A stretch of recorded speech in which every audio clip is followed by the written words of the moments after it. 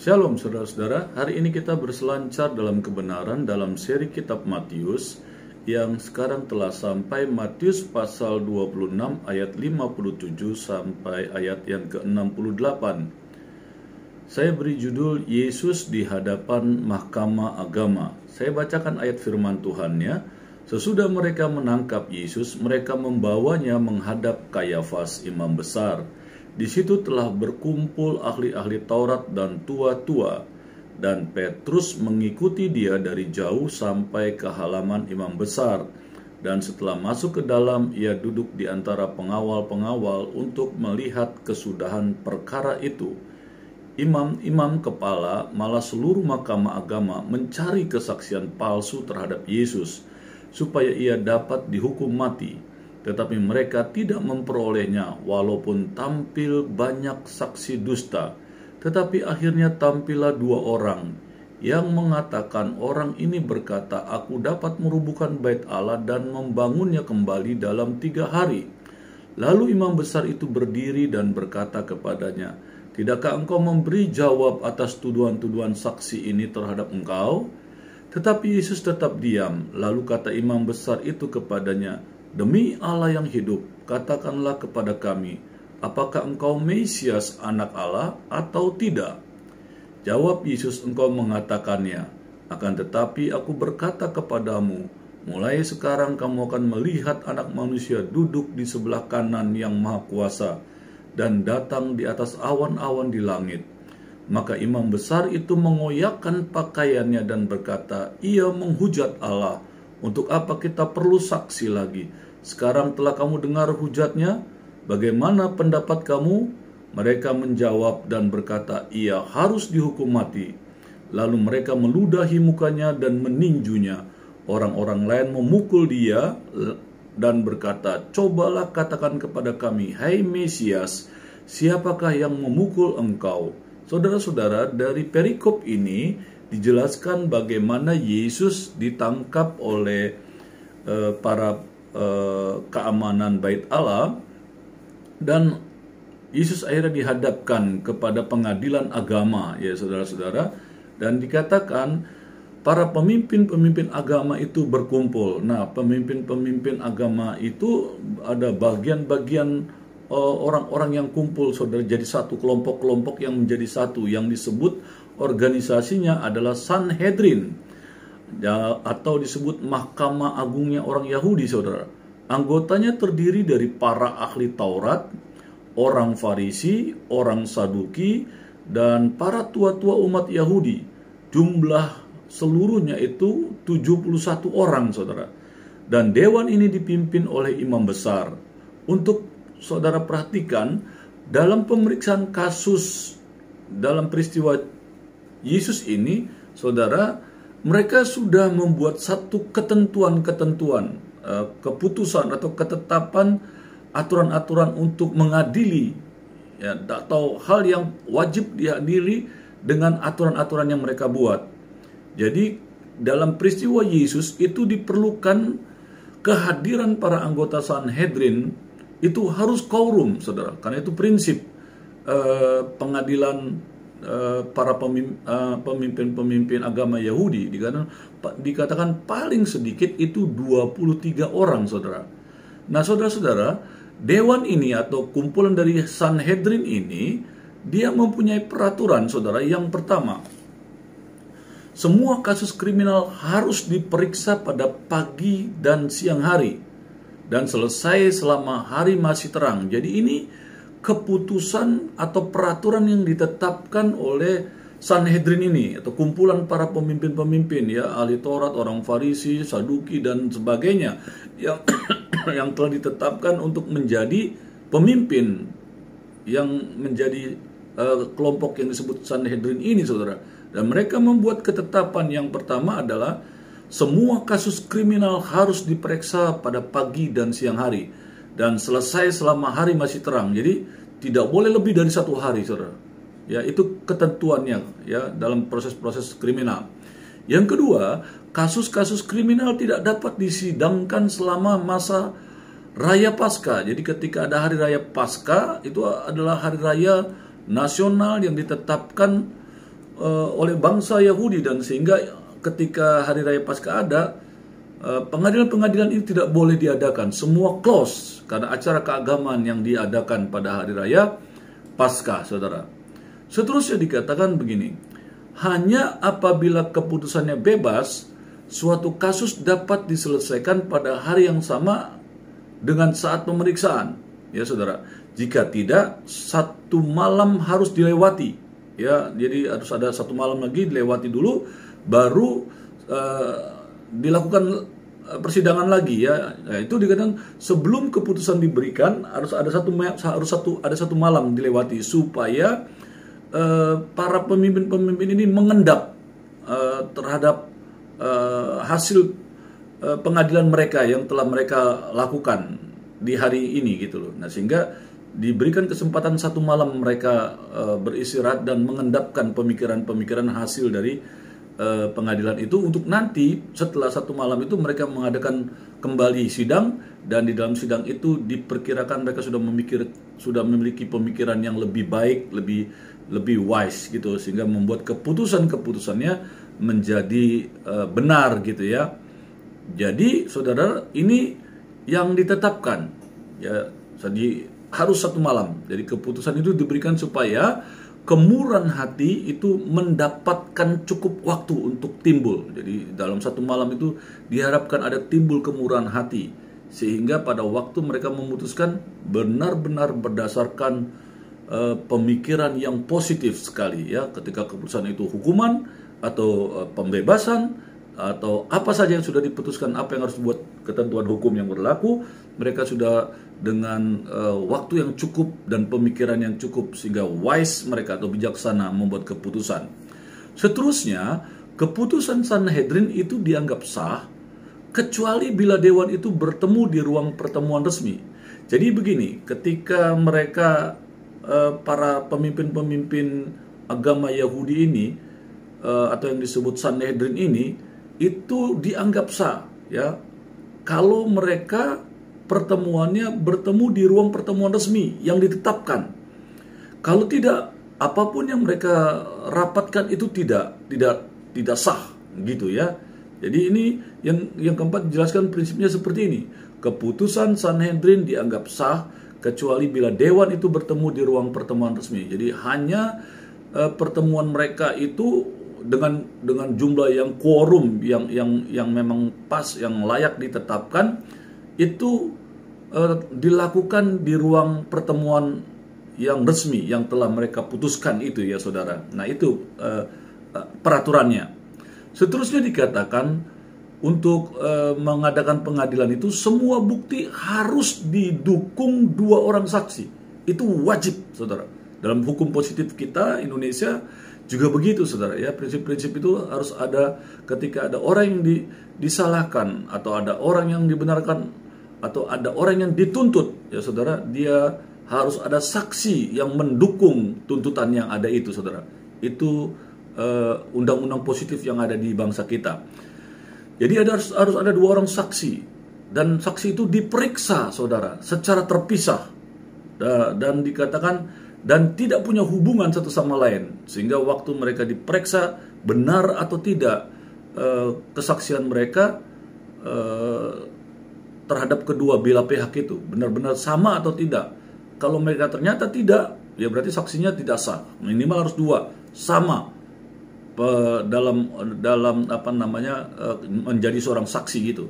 Apa yang dia lihat, apa yang dia ketahui itu harus paling tidak dalam konteks yang sama terhadap permasalahan yang ada, sehingga kesaksian mereka sah karena mereka minimal 2 orang dan sama, sehingga dianggap sah, begitu ya saudara, ya. Nah, seterusnya dikatakan dalam setiap pemeriksaan prosesnya dimulai, saudara, dengan memberikan di pengadilan semua bukti yang menyatakan si terdakwa itu tidak bersalah. Jadi awalannya itu harus memberitahukan semua permasalahan yang ada, ya, yang menyatakan bahwa ya terdakwa tidak bersalah. Tetapi saudara, itu harus dinyatakan di pengadilan sebelum bukti-bukti yang menyatakan bahwa dia bersalah dibacakan. Jadi hal-hal yang benar semuanya itu harus terbuka, dijelaskan semuanya. baru nanti setelah itu baru didakwa, ya. Nah, pendakwa ini atau jaksa ini yang akan memberitahukan kesalahan-kesalahan dari si terdakwa ini. Begitu, saudara. Nah, ini adalah peraturan pengadilan Sanhedrin sendiri, saudara. Jadi ini adalah peraturan yang dibuat oleh Sanhedrin, ya, terhadap orang-orang Farisi, orang-orang Saduki, tua-tua ahli Taurat, tua-tua Yahudi, ya, yang telah diputuskan itu. Nah, mereka membuat peraturan ini yang tadi saya telah jelaskan, saudara-saudara. Tetapi dalam pengadilan ini, ketika mereka memanggil atau membawa Yesus di hadapan mereka untuk diadili, saudara, karena ingin mengenyahkan Yesus, atau karena ada kebencian, ada hal yang memang mereka dari awal tidak suka dengan Tuhan Yesus. Ini ahli-ahli Taurat, orang Farisi, orang Saduki, ini kumpulan Sanhedrin ini, mayoritas mereka memang tidak ingin, memang sudah membenci Yesus, ya, dengan segala pemikiran mereka, sehingga pengadilan Yesus ini sudah benar-benar yang tadi ditetapkan harus yang dari 1, 2, 3, 4, 5, 6 itu hampir semuanya dilanggar. Ya, saudara, dikatakan karena mereka ingin mengenyahkan Yesus. Akibatnya mereka melanggar peraturan mereka sendiri, saudara. Para pemimpin Yahudi telah mencapai puncak kebencian sehingga segala cara dibenarkan untuk membunuh Yesus. Saudara, ini hal yang biasa juga terjadi di sebuah negara yang nilai demokrasinya rendah sekali, saudara. Ya, bukan hanya dengan hanya kebencian, saudara, tetapi bisa dengan trik-trik yang sebenarnya si hakim ini nggak tahu si orang yang sedang didakwa ini salah atau benar, tidak kenal, tetapi oleh karena ada penghasut atau yang mau mengalahkan si terdakwa ini, maka ada sogokan-sogokan atau ada pendekatan-pendekatan kepada hakim untuk akhirnya menjatuhkan vonis yang merugikan si terdakwa yang belum tentu salah. Dan itu biasa terjadi, saudara, di sebuah negara yang nilai demokrasinya rendah sekali. Ya, yang sudah bagus saja sudah bisa jadi, saudara, ada manipulasi di dalam data-data sebuah pengadilan, saudara, ya. Itu biasa kita mendengarnya. Karena penasihat hukumnya ingin membela kliennya, mereka melakukan segala cara untuk kliennya yang sekalipun salah untuk bisa bebas dari hukuman. Nah, ini yang terjadi. Nah, itu hal yang umum. Tapi saudara, kalau peristiwa Yesus ini di hadapan kumpulan Sanhedrin ini, dia hampir semua sudah tidak suka Yesus. Mereka tahu siapa ini, mereka sudah benci dia, dan mereka adalah pengadil. Bahaya kan, saudara, sebuah pengadilan yang seperti ini. Jadi sebenarnya Yesus bukan diadili dalam artian untuk mendapatkan keadilan, tetapi memang untuk udah benar-benar untuk dibunuh, saudara, untuk benar-benar dihukum dia, gitu loh. Karena semua yang terjadi, perangkat hukum dari Sanhedrin yang tadi saya jelaskan sudah tidak dilakukan karena manusianya memang sudah membenci Yesus, sehingga pengadilannya sudah tidak ada lagi kebijaksanaan di dalamnya, ya. Karena itu adalah puncak kebencian mereka, sehingga segala cara itu dilakukan atau dibenarkan untuk membunuh Yesus. Nah, saudara-saudara, malam itu, saudara, para pemimpin pengadil Yesus dengan mencari saksi, ya, dan dikatakan hampir tidak ada saksi yang valid, ya, baik saksi yang palsu sekalipun hampir tidak ada.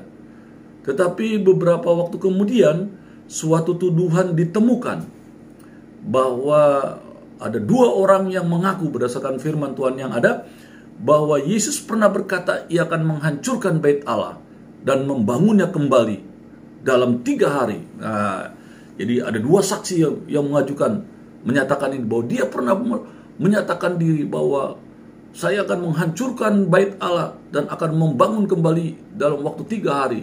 Padahal perkataan tidak seperti itu, saudara. Ya, ini adalah pemutarbalikan fakta dari yang Yesus pernah katakan. Di Yohanes pasal 2 ayat 19 dikatakan begini, jawab Yesus kepada mereka, rombak bait Allah ini dalam 3 hari aku akan mendirikannya kembali. Artinya bukan Yesus mau menghancurkan.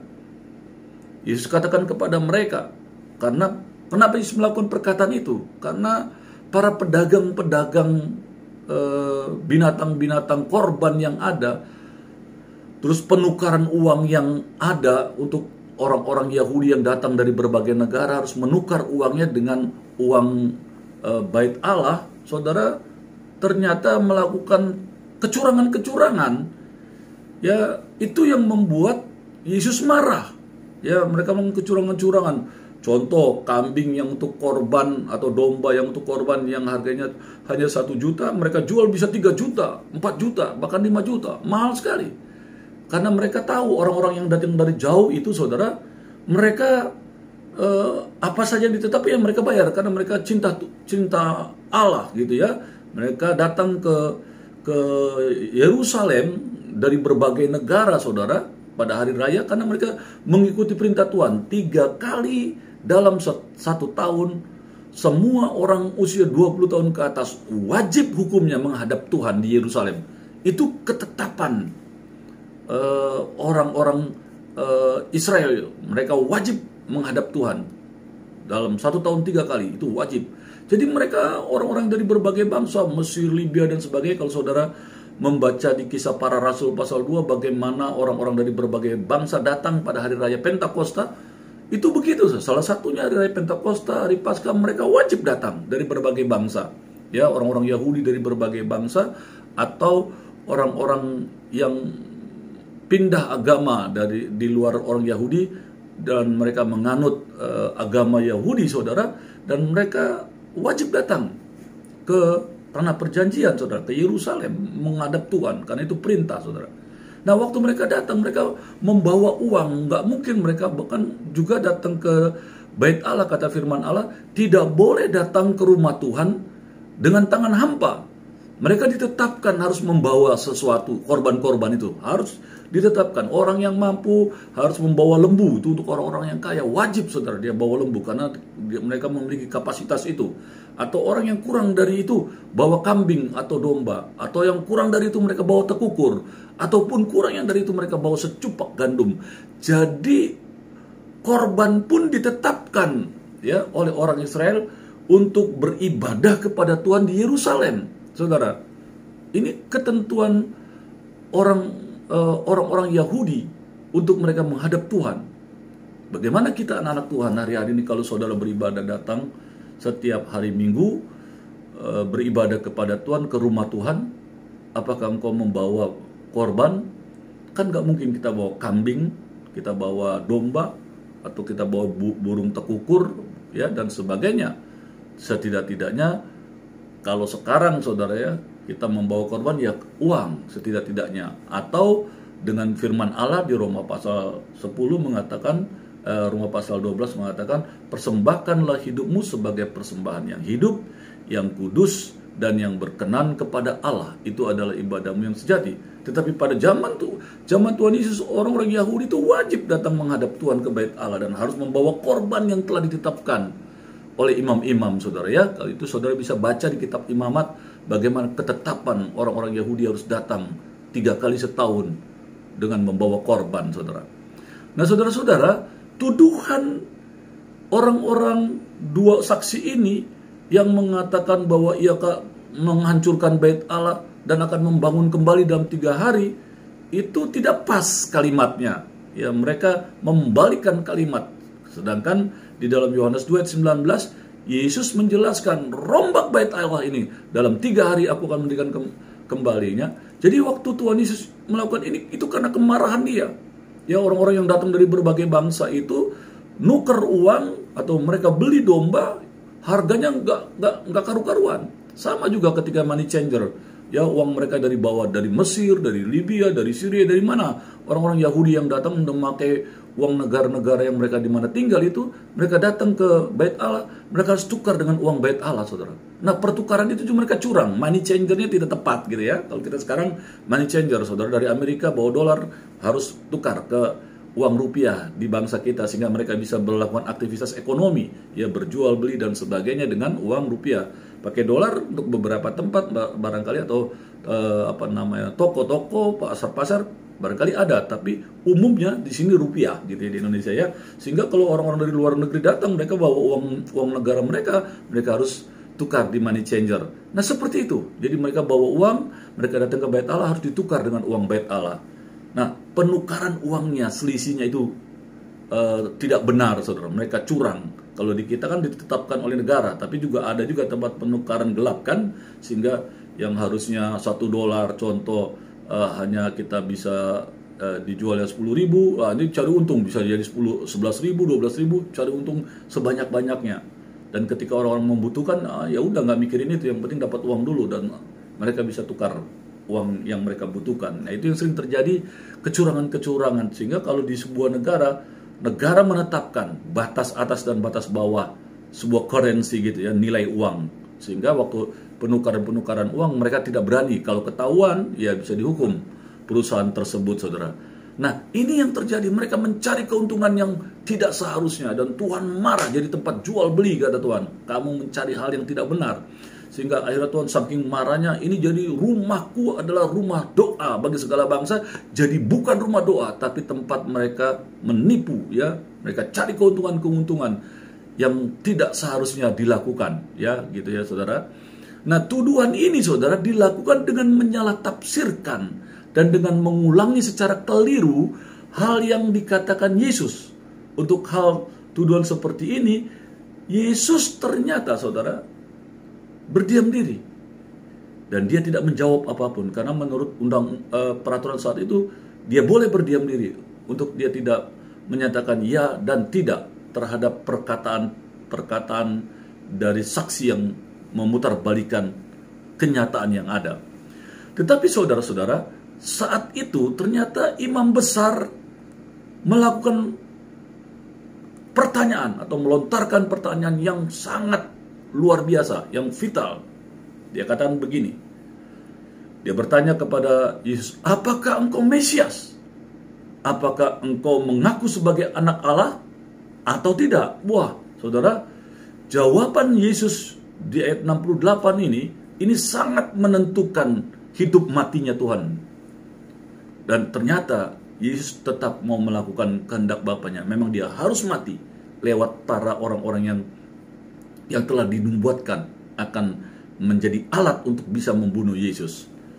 Jawab Yesus, engkau telah mengatakannya, akan tetapi aku berkata kepadamu, mulai sekarang kamu akan melihat Anak Manusia duduk di sebelah kanan yang Maha Kuasa dan datang di atas awan-awan di langit.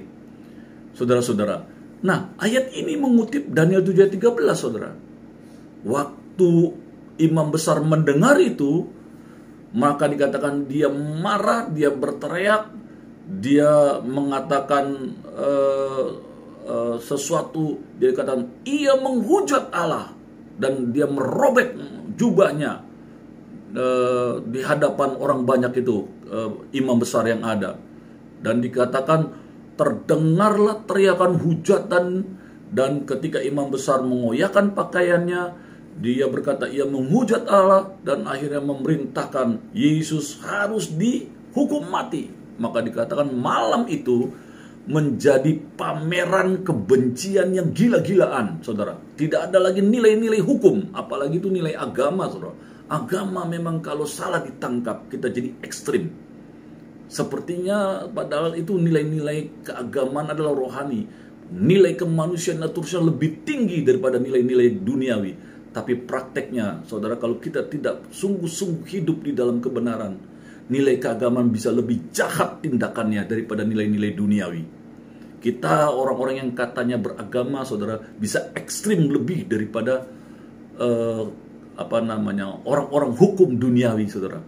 Nilai-nilai kasih hampir tidak ada, dengan dasar bahwa kita menghormati Tuhan dan akhirnya kita bunuh orang yang kita benci. Dan itu luar biasa, saudara. Nilai-nilai keagamaan yang salah diterapkan dalam kehidupan. Seharusnya nilai keagamaan itu lebih adil dari segala perundang-undangan, peraturan-peraturan hukum dunia. Tapi prakteknya ketika orang-orang yang katanya dipercayakan menjadi pengadil-pengadil itu bisa lebih kejam dari pengadil-pengadil duniawi, saudara. Nah, ini yang harus dimengerti untuk kita anak-anak Tuhan. Ya saudara, kasih itu harus segala-galanya dalam kehidupan kita orang percaya. Sekalipun orang berdosa, firman Tuhan katakan, kalau dia mengaku dosa, Tuhan ampuni. Seharusnya dasar itu ketika kita dipercayakan menjadi pengadil, saudara, penegak hukum, saudara, dasar Kristus harus kuat. Terlebih kita anak-anak Tuhan yang ada di lembaga-lembaga negara, diberikan kepercayaan tongkat dan senjata untuk bisa menjadi pengadil di negara ini, saudara. Saudara harus mengerti dasar kasih itu. Sebab kalau tidak, saudara akan menjadi penjahat-penjahat yang diberikan senjata untuk menghukum orang-orang yang tidak seharusnya dihukum. Hati-hati, kita anak-anak Tuhan harus mengerti ini tentang kasih yang sesungguhnya. Jangan sampai kita malah kalah sama pengadil-pengadil dunia. Mereka lebih adil, lebih demokratis daripada kita yang katanya mengasihi Tuhan, yang mengajarkan tentang kasih. Pernyataan ini juga saya ingin memberitahukan kepada kita orang-orang yang percaya yang ada di lembaga-lembaga negara pengadilan yang ada. Adililah dengan jabatanmu dengan dasar Kristus yang sesungguhnya, sehingga nilai-nilai keadilan yang berdasarkan undang-undang dan ketetapan peraturan dibuat oleh negara dijalankan dengan sebaik-baiknya. Karena di belakangnya saudara ada kasih Tuhan yang mengalir dalam hidupmu, sehingga engkau menjadi pengadil-pengadil yang bijaksana, yang benar menjalankan undang-undang dan peraturan di mana engkau dipercayakan, khususnya bagi bangsa kita ini. Dan saudara, dan inilah malam pameran kebencian yang gila-gilaan yang saya jelaskan, di mana tidak ada keadilan lahiria lagi, tidak ada keadilan pengadilan yang sesungguhnya lagi di ruang pengadilan Sanhedrin ini. Padahal ini adalah pengadilan agama, ya saudara. Dan akibatnya saudara, begitu luar biasa kejahatan yang dilakukan yang katanya pemimpin-pemimpin agama berselancar dalam kebenaran. Amin.